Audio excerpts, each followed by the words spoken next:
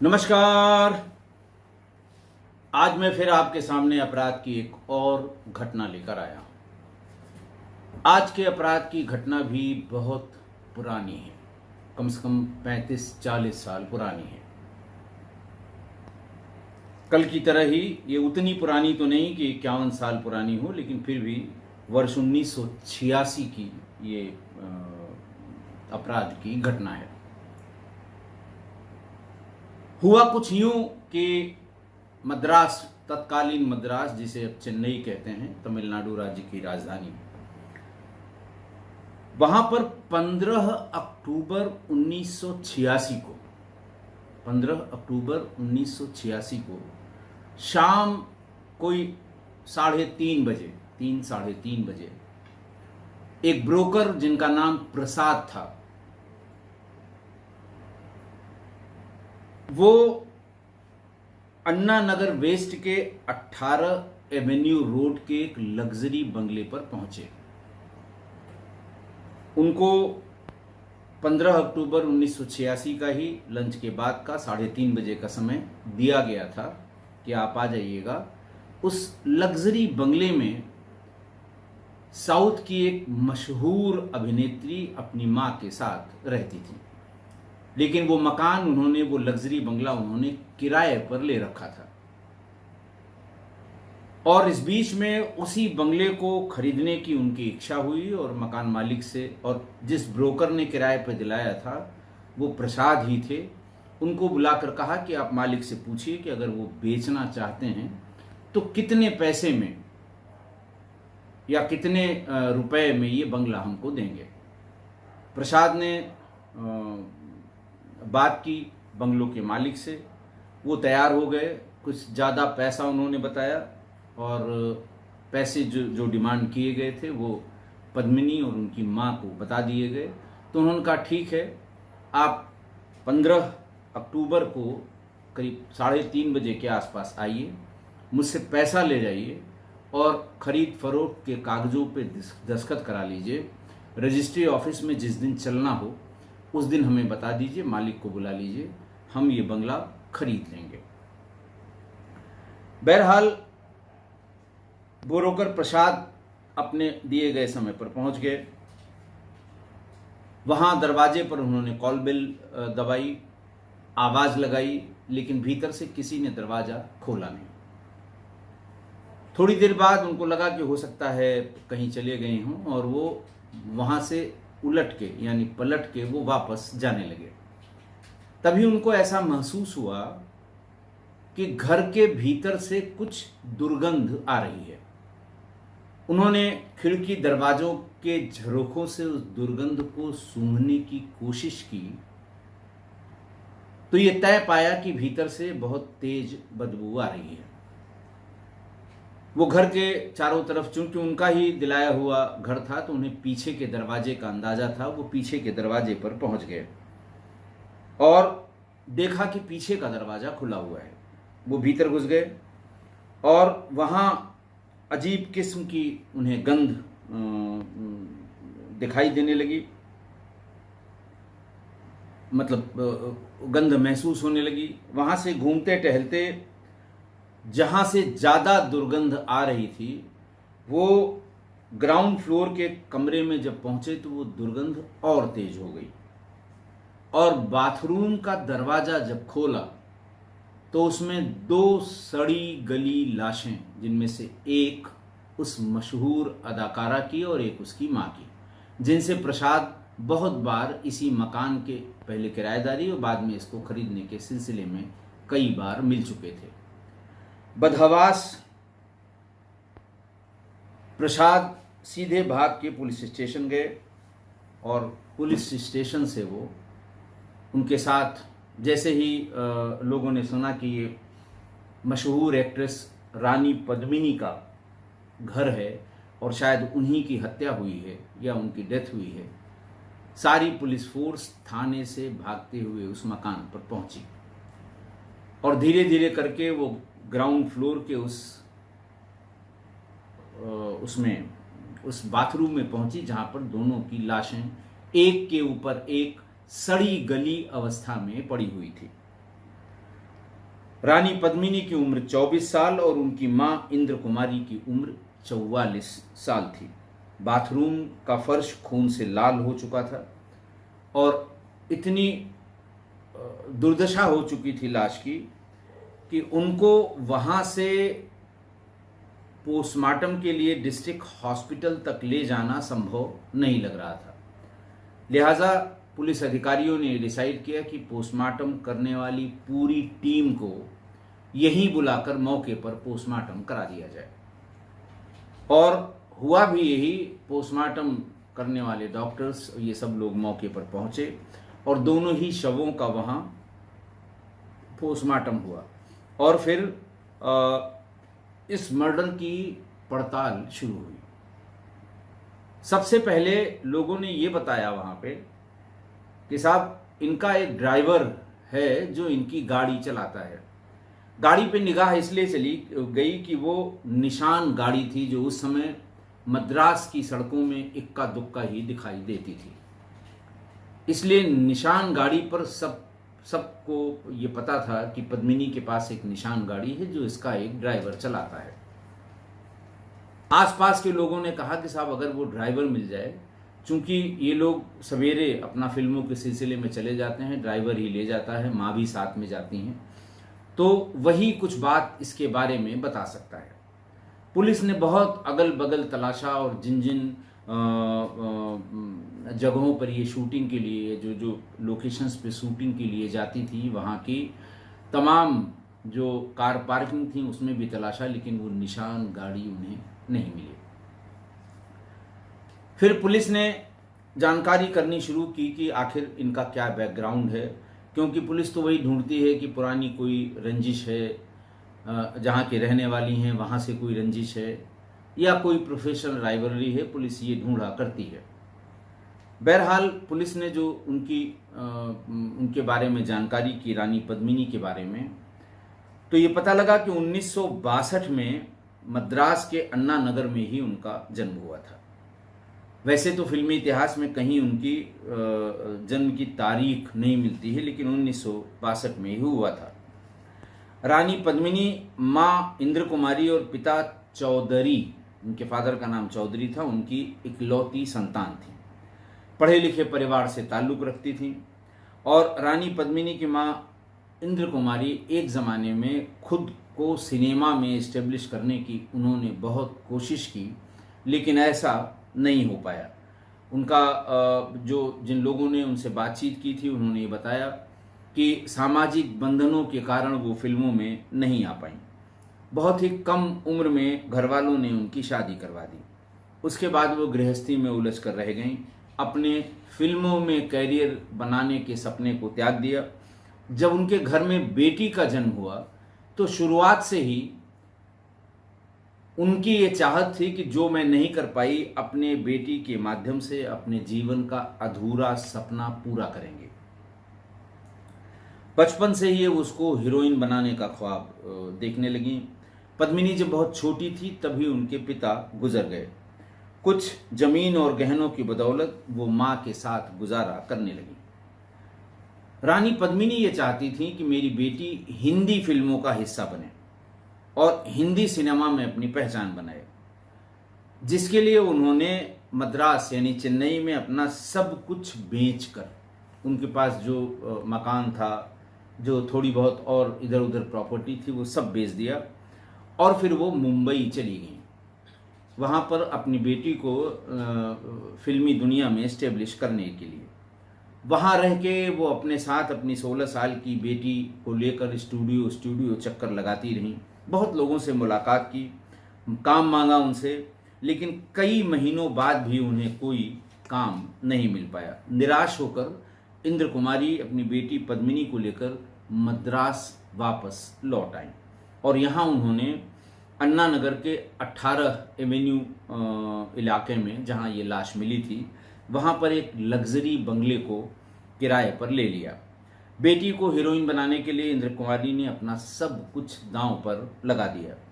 कई महीनों तक भटकने के बाद आखिरकार रानी पद्मिनी को 1980 में तमिल फिल्म मातृवई नेरिल में एक छोटा सा काम मिल गया।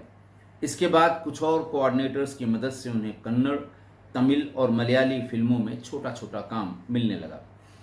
बचपन से हीरोइन बनने का ख्वाब लेकर जो बड़ी हुई थी पद्मिनी, वो बहुत ही खूबसूरत थी और अभिनय की बहुत पक्की थी।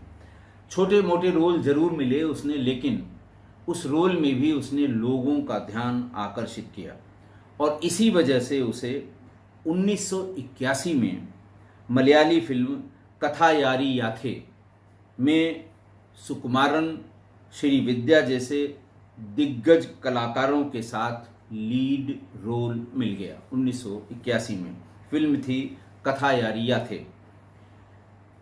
ये मलयाली फिल्म भी कोई बहुत, उसमें एक्टर तो बहुत दिग्गज थे, लेकिन कुछ बहुत कमाल नहीं दिखा सकी। लेकिन रानी पद्मिनी ने अपने अभिनय से, अपनी खूबसूरती से अपने आप को साउथ सिनेमा में उसने अपनी एक जगह बना ली।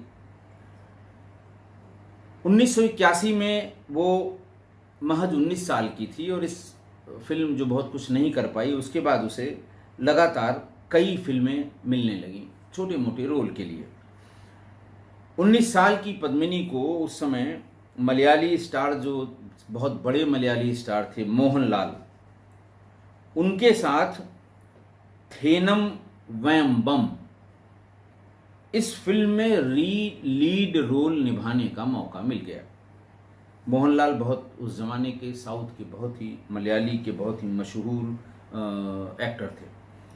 और इसी साल फिल्म रिलीज हुई 81 में ही, संघर्षम, उसमें भी रानी पद्मिनी को लीड रोल मिला और उसने हीरोइन का जो स्टारडम होता है वो उसने हासिल कर लिया। फिर 81 के बाद साउथ सिनेमा का वो अहम हिस्सा बन गई और सालाना 10-12 फिल्में उसको मिलने लगीं। और जैसे जैसे वो कहते हैं ना कि कामयाबी उसके कदम चूमने लगी। एक साल में 10 या 12 फिल्में जिसको मिल जाएं, हीरो हो या हीरोइन हो, तो आप समझ सकते हैं। जैसे जैसे ज़रूरतें और लग्जरी ज़िंदगी की ख्वाहिश, जब उसका नाम हुआ, शोहरत हुई, तो ये ख्वाहिशें भी बढ़ने लगीं। 80 के दशक में ही जैसे ही उसकी एक साल में 10-12 फिल्में मिली, उसे पैसा मिला, तो रानी पद्मिनी ने निसान गाड़ी खरीद ली।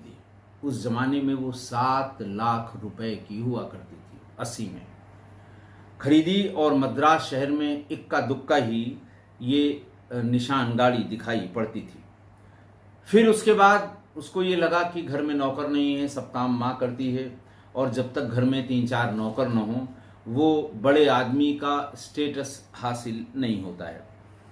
फिर उनकी रानी पद्मिनी ने अखबारों में एक इश्तहार निकाल दिया कि घर में हमें नौकर की ज़रूरत है, और फिर सैकड़ों लोग इश्तहार की वजह से उसके घर के चक्कर लगाने लगे। जब इश्तहार निकला तो उसमें से 3 लोग, रोज वो 8-10 लोगों का इंटरव्यू लेती थी माँ बेटी, उसमें से 3 लोगों को काम पर रखा गया। जपराज को रानी पद्मिनी ने निशान गाड़ी चलाने के लिए अपना ड्राइवर रखा। लक्ष्मी नरसिम्हा को अपना वॉचमैन रखा और गणेशन को अपना कुक रखा। ये 3 नौकर उन्होंने फौरन अपने घर में रख लिए। लेकिन नौकर रखने की या अपना स्टेटस लोगों को दिखाने की हड़बड़ी में बैकग्राउंड चेक यानी पिछला रिकॉर्ड जानने की कोशिश भी नहीं की इन तीनों नौकरों की। ड्राइवर की जगह जो जपराज आया था, ये तो बाद में धीरे धीरे, जब पहले पुलिस ने फिल्म इंडस्ट्री से उनकी हिस्ट्री ढूंढी, फिर उनके ड्राइवर के बारे में जानकारी की, फिर ये पता लगा कि जो उनका ड्राइवर था जपराज, वो कारें चुराने का उसका पुराना क्रिमिनल रिकॉर्ड था। कई मुकदमे उस पर कारें चुराने के थे और वो 1 महीने पहले ही सेंट्रल जेल से 1 साल की सजा काट कर वापस आया था। वॉचमैन लक्ष्मी नरसिम्हा को उन्होंने जो रखा, वो भी इसका जपराज का को एक्यूज रहा, कई मुकदमों में उसका संगी साथी रहा अपराध का। और वो उसका पुराना साथी था। तो दो अपराधी तो एक साथ हो गए। जपराज और लक्ष्मी नरसिम्हा इन दोनों ने मिलकर, दोनों चूंकि अपराधी थे, इनको लगा कि रानी पद्मिनी के घर में चोरी करना बहुत आसान है। वॉचमैन उनका दोस्त, वो खुद गाड़ी चलाता है और डबल स्टोरी लग्जरी बंगले में सिर्फ रानी पद्मिनी और उनकी माँ रहती हैं। वहाँ पर कोई मेल, जैसे कभी कभी लोग अपना स्टाफ रखते हैं, सेक्रेटरी रखते हैं, ऐसा कोई भी मेल व्यक्ति उस लग्जरी बंगले में नहीं था। इन दोनों ने बैठ के ये सोचा कि यहाँ चोरी करना बेहद आसान है। जिस दिन लंबा हाथ मारेंगे, लंबा पैसा मिलेगा, चोरी करके यहाँ से बाहर निकल जाएंगे। 84 में उसे, रानी पद्मिनी को 12 फिल्में मिली और सभी हिट हो गईं। समय के साथ मलयाली, तमिल फिल्मों के साथ साथ तेलुगु और कन्नड़ सिनेमा में भी रानी पद्मिनी ने जबरदस्त पहचान हासिल कर ली। 83 में उसको बैक टू बैक उसकी 9 फिल्में रिलीज हुई और ज़्यादातर हिट हुई। 84 में ये फिल्में 12 हुई और ज़्यादातर हिट हो गई। और जैसे जैसे फिल्मों में उसको सक्सेस मिलने लगी, उसकी फ़ीस भी बढ़ने लगी। उस समय फ़ीस का कोई रिकॉर्ड तो नहीं मिला, लेकिन कहते हैं कि लाखों रुपए वो एक फिल्म के लिए फ़ीस लिया करती थी। इसी बीच में उसको एक हिंदी सिनेमा में काम करने का संदेश मिला। उनकी माँ तो हमेशा से ये चाहती थी कि ये अपने आप को हिंदी सिनेमा में अपने आप को इस्टेब्लिश करे। उसको फिल्म जो मिली उसका नाम था प्रेम संदेश। फिल्म में वो सचिन पिलगांवकर और आशा पारेख जैसे कलाकारों के साथ काम उसको करना था। माँ बेटी दोनों बहुत खुश हुई और फिल्मों की शूटिंग मुंबई में शुरू हुई, जिसके लिए रानी पद्मिनी और उनकी माँ इंद्र कुमारी ने तीनों नौकरों के भरोसे घर छोड़कर, वो घर को तीनों नौकरों के भरोसे छोड़कर वो मुंबई शूटिंग में चली गईं।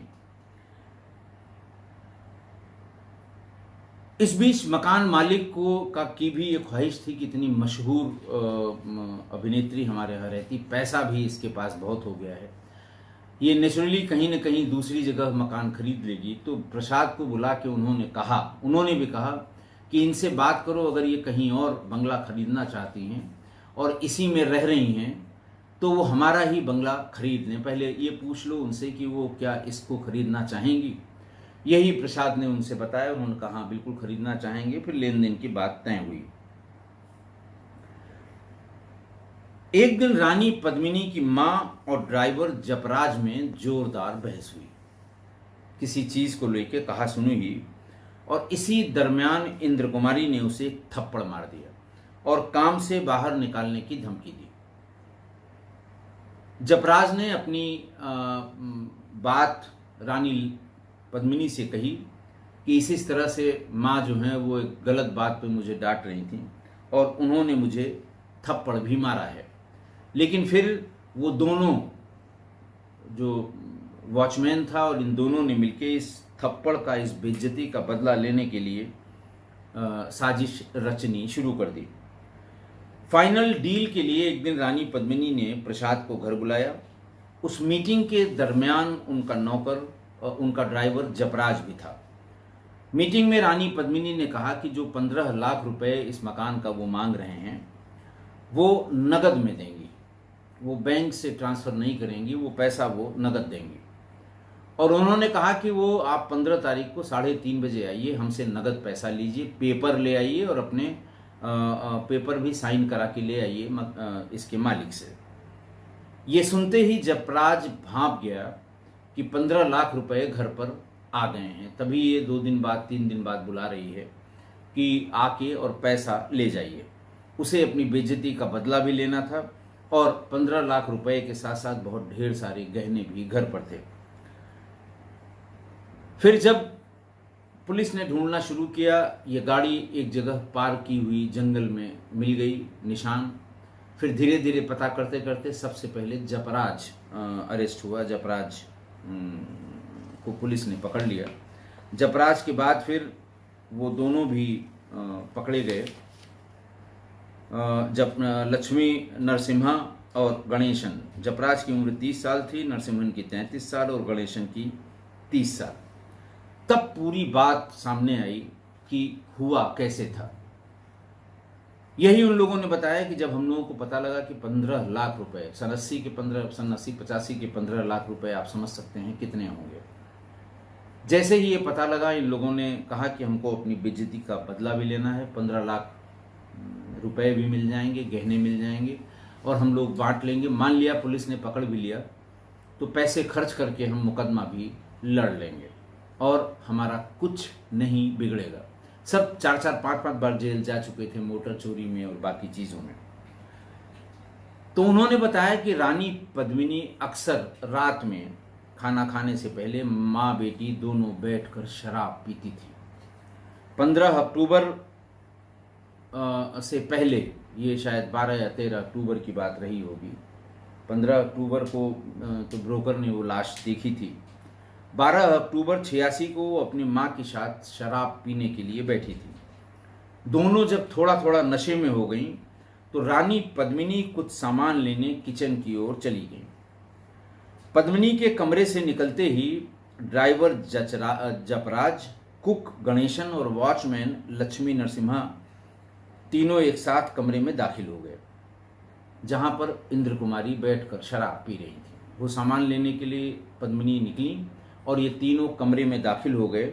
और इसके पहले इंद्र कुमारी कुछ समझ पाती, तीनों ने उन पर चाकुओं से हमला शुरू कर दिया। रानी पद्मिनी किचन तक गई थी कुछ सामान लेने। उन्हें माँ की चीख सुनाई पड़ी। वो भागते हुए कमरे में गईं तो देखा माँ खून से लथपथ है और घर के तीनों नौकर उन पर लगातार चाकुओं से वार कर रहे हैं। रानी पद्मिनी को देखते ही तीनों ने उसे पकड़ लिया। इसके पहले कि वो कुछ समझ पाती, उन्हें उन पर चाकुओं से 12 वार कर दिए और उनकी भी हत्या कर दी। हत्या के बाद तीनों 5 लाख रुपए और घर का एक एक जेवर, एक एक गहने, वो सब उठा के और जो भी कीमती सामान उन्हें मिला वो लेकर वहाँ से भाग गए। भागने से पहले दोनों लाशों को उन्होंने उनके बेडरूम, जहाँ उनके ड्राइंग रूम से घसीट कर नीचे ले जाकर जो ग्राउंड, उस पर अंडरग्राउंड वाला जो इलाका है, जो नीचे का इलाका था, उसके बाथरूम में बंद कर दिया।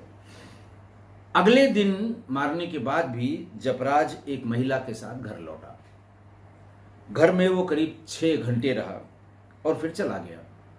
साथ आई हुई महिला ने उससे कहा कि रानी पद्मिनी और माँ कहाँ हैं, तो उसने कहा वो शूटिंग के सिलसिले में बाहर गई हुई हैं। तो उनका नज़र ना आना कोई बड़ी बात नहीं है। महिला को भी लगा कि हाँ ज़रूर ये शूटिंग के लिए बाहर गई हैं, इसीलिए दिखाई नहीं पड़ रही हैं।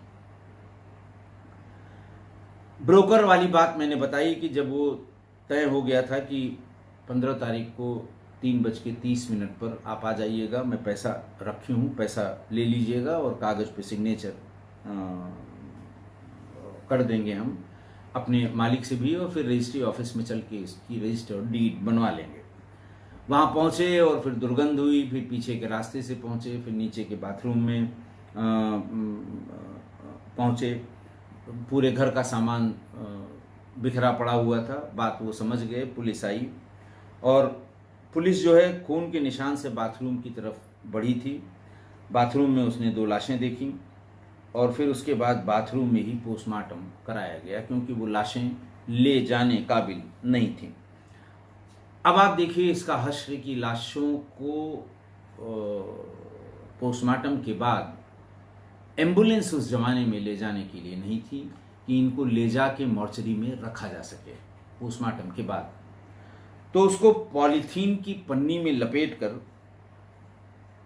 एक कार की डिग्गी में डाला गया, रानी पद्मिनी और उनकी मां को, और उससे उसे अस्पताल ले जाकर मॉर्चरी में पहुंचा दिया गया।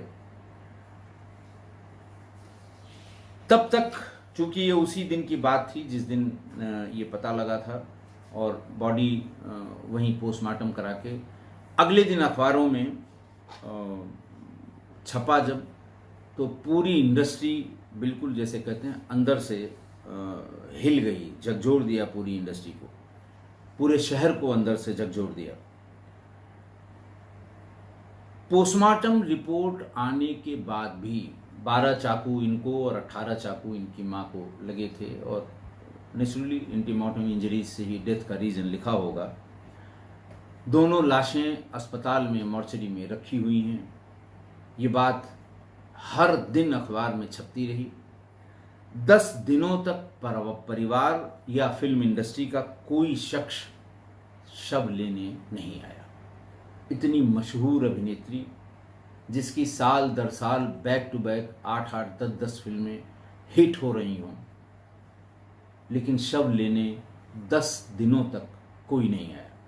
अखबारों ने इस इंडस्ट्री को कोसना शुरू किया कि कम से कम तुम में कुछ गैरत हो तो कोई इसको यहाँ से अस्पताल की मॉर्चरी से ले जाकर इसका अंतिम संस्कार तो कर दे। जब बहुत कोसा गया तो आखिरकार मलयाली चलचित्र परिषद के रिप्रेजेंटेटिव और एक्टर मोहन वहाँ अस्पताल पहुँचे और इंसानियत के तौर पे उनसे ये दोनों लाशें देने के लिए कहा कि इन दोनों का अंतिम संस्कार हम करेंगे पोस्टमार्टम के 10 दिन बाद। खैर पुलिस तो इंतज़ार कर रही थी कोई जिम्मेदार मिले तो हम इस लाश को उसको सुपुर्द करें, हम भी फुर्सत हों।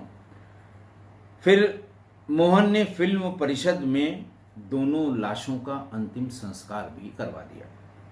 अंतिम संस्कार में रानी पद्मिनी के मामा ही सिर्फ आए, क्योंकि उन्हें दोनों की हत्या की खबर देर से मिली, ऐसा उन्होंने बताया, जबकि वो एक रिटायर्ड आईएएस अफसर थे, पद्मिनी के सगे मामा। अब पुलिस परेशान थी कि कातिलों तक कैसे पहुंचा जाए। मैंने आपको बताया कि निशान गाड़ी मिल गई, फिर उसके बाद उस जपराज मिला, और 1 हफ्ते के भीतर ही ये सब मिल गए। लक्ष्मी नरसिम्हा मिला और कुक गणेशन मिले।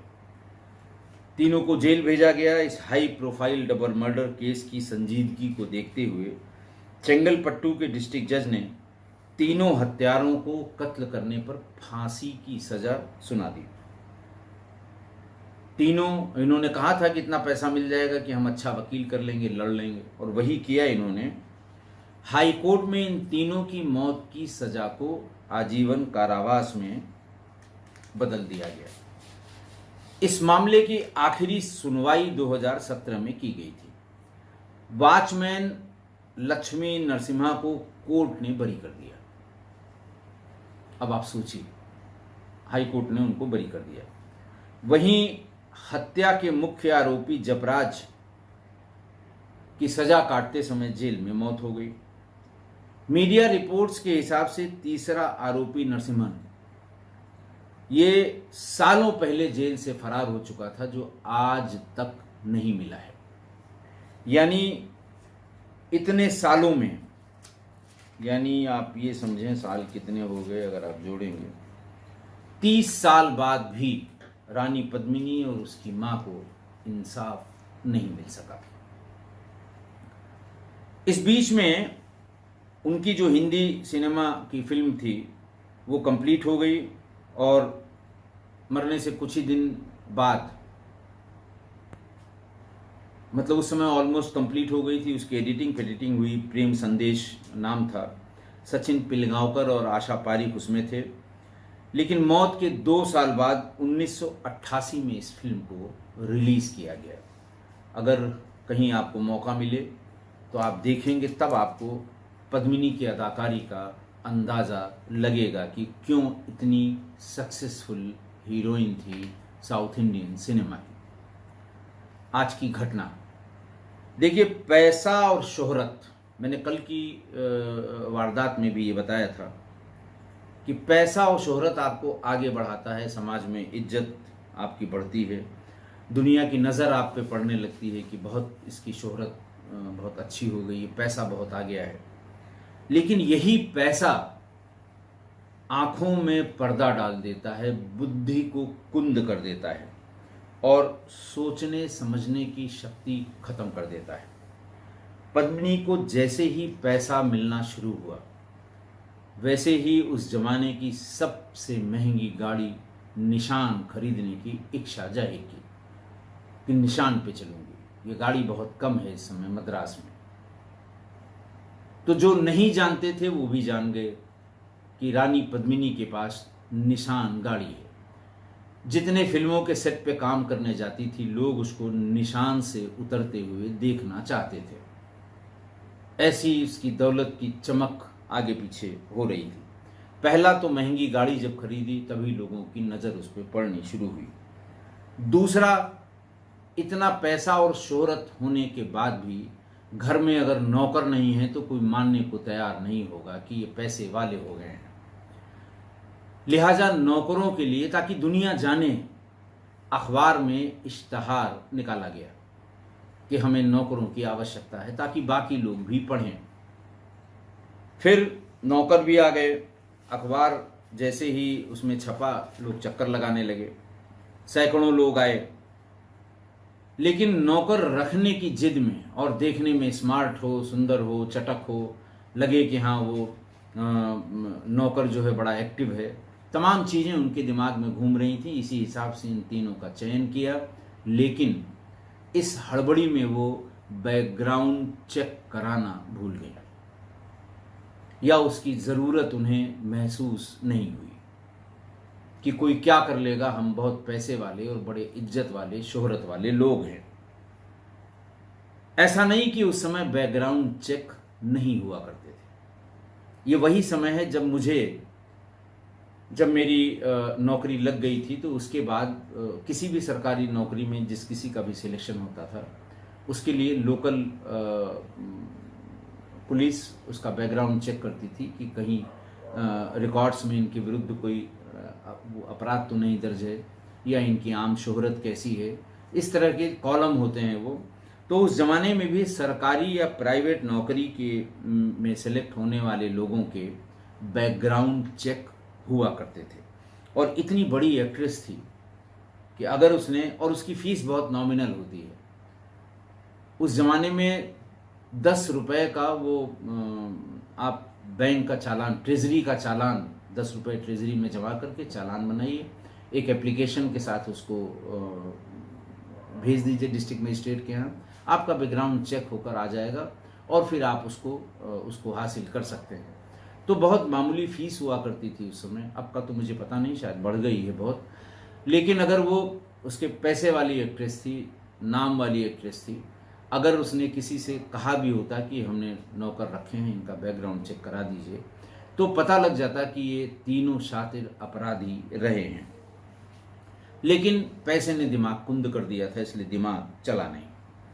ये तो दूसरी बात हुई, कार खरीदना। उसके बाद फिर नौकरों के लिए इश्तहार छपवाना अखबारों में। तीसरी बात जो मैं बार बार कहता हूं कि जब भी आप घर में प्राइवेट डिस्कशन करें, रुपए के, पैसे के, जेवर के, किसी के आने के जाने के, तो तीसरा आदमी वहाँ नहीं होना। इतनी एक्सेस नहीं होनी चाहिए तीसरे आदमी को कि आपने अपना हार कहाँ रखा है, लॉकर से कब निकाला है, या लॉकर में कब डालने वाली हैं, या कितना पैसा। आप सोचिए, ड्राइवर जिस समय पैसे का डिस्कशन हो रहा था कि इतने बजे आ जाना, हम पैसा बैंक में ट्रांसफ़र नहीं करेंगे, हम नगद देंगे, आइएगा मुझसे नगद पैसा ले जाइएगा। अपराधी मानसिकता का वो ड्राइवर तो तुरंत समझ गया कि पैसा इनके पास है यहाँ पर, तभी इनको बुला के कैश देंगे। तो एक तो ये कि किसी तीसरे के सामने, चाहे वो दूध वाला हो, चाहे सब्जी वाला हो, ट्यूशन टीचर हो, आपका नौकर हो, ड्राइवर हो, इसके सामने कभी इस तरह की बात नहीं करनी चाहिए। मैं कम से कम अपने अपराध की 20 से 25 घटनाओं में ये बात बता चुका हूँ, लेकिन ये गलती उनसे हुई। वो इसलिए भी ये सक्सेसफुल हो गए कि ये तीनों नौकर, इनका पास्ट का क्रिमिनल रिकॉर्ड था। बाद में पता लगा जब पुलिस ने इनको गिरफ्तार किया। तो ऐसी शोहरत और पैसा कमाने का क्या फ़ायदा कि 10 दिनों तक आपकी लाश लेने वाला भी कोई ना आए। जब आप जिंदा थीं, आप महंगी गाड़ी, महंगे गहने, महंगा मकान, सब कुछ आपके आगे पीछे, प्रोड्यूसर, डायरेक्टर, एक्टर, एक्ट्रेसेस, सब आपके आगे पीछे चापलूसी करते घूम रहे थे। आपने कभी नहीं सोचा कि हमने अपने आदमी नहीं बनाए हैं, हमने किसी का उपकार नहीं किया है कि कल को अगर मेरे साथ कुछ हो तो वो हमारे साथ खड़ा हो सके। कोई नहीं था। और अखबार वालों ने इतना जलील न किया होता इंडस्ट्री वालों को तो शायद जो वो लाश को ले गए थे श्री मोहन जी, वो भी संभवतः ये लाश लेने ना आते। और फिर वही होता, अब चूंकि बहुत मशहूर एक्ट्रेस थी, नहीं तो 48 घंटे 72 घंटे के बाद लावारिस में इस लाशों का अंतिम संस्कार हो जाना चाहिए था। ये नियम तब भी था और अब भी है। 10 दिन तक कोई लाश लेने वाला नहीं आया। आदमी के जाते ही अगर उसका अपना कोई नहीं है या